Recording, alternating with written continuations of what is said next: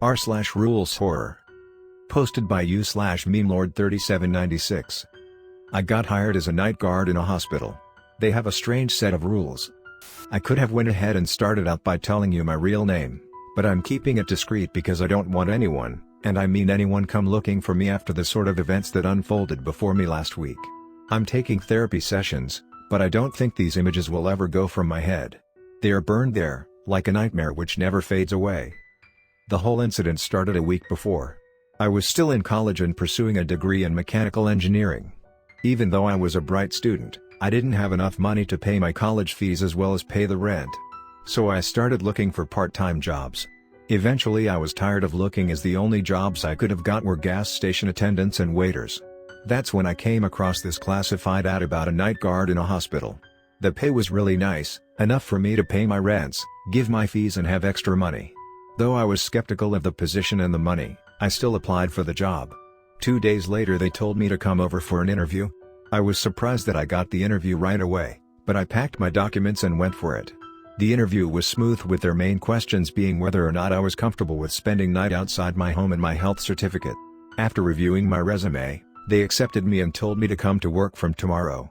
They told me that I had to do this job for 1 week straight, and if after that I wanted to discontinue, I would be paid my week's salary. With that amount of money, I didn't even think of quitting. So I agreed to the contract and decided to come from the following day. The hospital was actually an asylum for mentally ill patients, and many brilliant doctors used to work in it. My shift began at 11 p.m. and lasted all the way up till 6 o'clock in the morning the next day.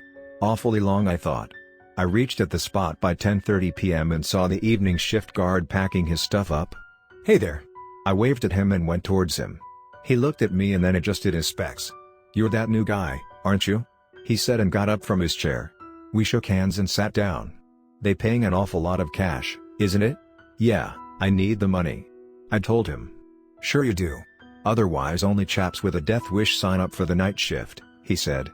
"Why do you say that?" I quickly asked. He was about to answer, but then the alarm rang and it marked the beginning of my shift. "Well then, it's your time, I guess," he told and got up with his bag. "You were telling me something?" I asked as he was leaving. "Tomorrow morning, boy. You won't catch me anywhere around here after 10. Good night, and good luck," he said before heading out. "Weird guy," I mumbled and sat down on the chair with a sigh. Sure, the hospital did look creepy at night, but the paycheck just dulled everything. I was about to lean back in my chair, when I noticed an envelope lying on the table marked urgent. I opened it and took the paper out. Must be instructions for me, I thought. The letter was written as follows. "Greetings, new employee. We are delighted to have you in our company, and we are obliged that you have cooperated with us and agreed to our terms and conditions. Below are some rules which are mandatory for each and every night guard to follow. It's advised to keep this letter with you or have a photo of it in your phone after reading, rather than trying to memorize it. We wish you good luck in your 7-hour journey. 1. Your shift begins at exactly 11 p.m. and ends at 6 a.m. sharp. You will have to come by the stipulated time and leave only after you have completed your shift. Coming late or trying to leave before your shift ends would result in dangerous situations both in this hospital and to you. 2. After your first hour passes, i.e. when it's 12 o'clock in the morning, you will be visited by a man in a blue overcoat and black fedora. You can see him through the corner of your eye, but never, under any circumstances, look directly at him. He may ask you to look at him, but just politely respond, "Sorry, but I've been told not to." Politely ask if he wants something, and stay quiet until he says something.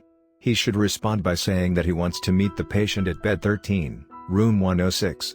PLS, note the bed and room number carefully. If he says exactly this, punch a ticket using the ticket machine present in the drawer. If he says anything else other than what is mentioned, answer, "Sorry sir, not allowed." You may feel his face changing during your whole interaction with him, but never look at him directly or through any reflection. Don't be fooled by his morphing face. This client of ours doesn't have a face. 3. In the next hour of your shift, you are required to go to the 5th floor of our building and enter room 510. If after entering you see nobody, it means that it has escaped and will be returning soon. Hide in a nearby cupboard or closet and wait till the lights go out again. Once it does, carefully step out of your hiding place and exit the room. Don't make any sound while doing so. Conversely, if after entering the room you see a doctor working on the desk with his back to you, ask him if he needs something. Usually he will need a petty item, such as a pen or something. Place the item he wants in the nearest desk you have. Acknowledge him before leaving. If the whole ordeal goes out without any disturbance, then it is still dormant. Don't bother what it is. Just know that it doesn't like humans. For the third hour should pass relatively non-eventfully. You may be visited by a nurse who would ask you to accompany her to floor 16. She would give a random reason for that. Ignore it and say you'll send someone else. You don't need to follow her. Our building only has 15 floors. 5. During the fourth hour of your shift, you may feel a little dizzy, and might want to go to sleep. It's highly recommended to stay awake during this hour of your shift. You can listen to loud music in your phone or even use the soda machine near the corridor to buy yourself an energy drink. But do not go to sleep. If you are feeling like you won't be able to stay awake anyway, then go inside the guard cabin, lock yourself in, and then go to sleep. But never go to sleep outside your cabin. If you do, you might not wake up to the same condition you were, or worse, might not wake up at all. 6. You will be required to go to the 10th floor during the 5th hour. Take the second elevator as the first one would be shown as out of order. The elevator would halt at floor 7. An elderly woman would enter it and greet you. Politely greet her back and ask where she is going. If she says a floor number, stay in that elevator and get off at 10th floor. If she says I'm going the other way, apologize to her and step out of the elevator. Don't look at her face while the elevator doors close. Wait for another elevator and board it.